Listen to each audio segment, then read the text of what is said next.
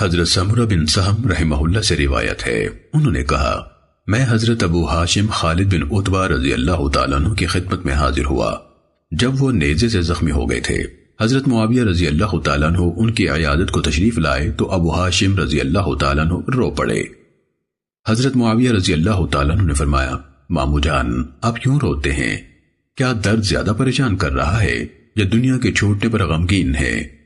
اس زندگی کا عمدہ حصہ تو گزر گیا، اب تو نکما حصہ ہی باقی ہے جس میں دکھ تکلیفیں زیادہ ہوتی ہیں۔ حضرت ابو ہاشم رضی اللہ تعالیٰ عنہ نے فرمایا ان میں سے کسی بات پر نہیں، لیکن رسول اللہ صلی اللہ علیہ وسلم نے مجھ سے ایک وعدہ لیا تھا، کاش میں اس کے مطابق چلا ہوتا۔ رسول اللہ صلی اللہ علیہ وسلم نے فرمایا تھا شاید تم کو بہت اموال ملے جو لوگوں میں تقسیم کیے جا رہے ہوں، ان کا لالچ نہ کرنا، تمہارے لیے تو اس میں سے ایک خادم اور ایک سواری کا جانور اللہ کی راہ میں جہاد کرنے کے لیے کافی ہے۔ مجھے مال ملا اور میں نے جمع کر لیا۔ سننے ابن ماجہ حدیث نمبر 4103۔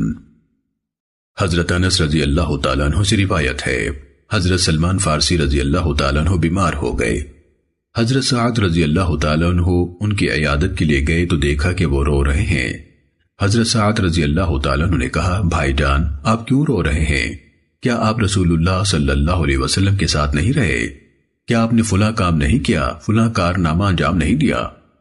حضرت سلمان رضی اللہ تعالیٰ عنہ نے کہا میں دو چیزوں میں سے کسی ایک پر بھی نہیں رو رہا، میں نہ دنیا کے چھوٹنے کی وجہ سے روتا ہوں نہ آخرت کو ناپسند کرتے ہوئے، لیکن میں اس لیے اشکبار ہوں کہ رسول اللہ صلی اللہ علیہ وسلم نے مجھ سے ایک وعدہ لیا تھا اور میں سمجھتا ہوں کہ میں نے اس سے تجاوز کیا ہے۔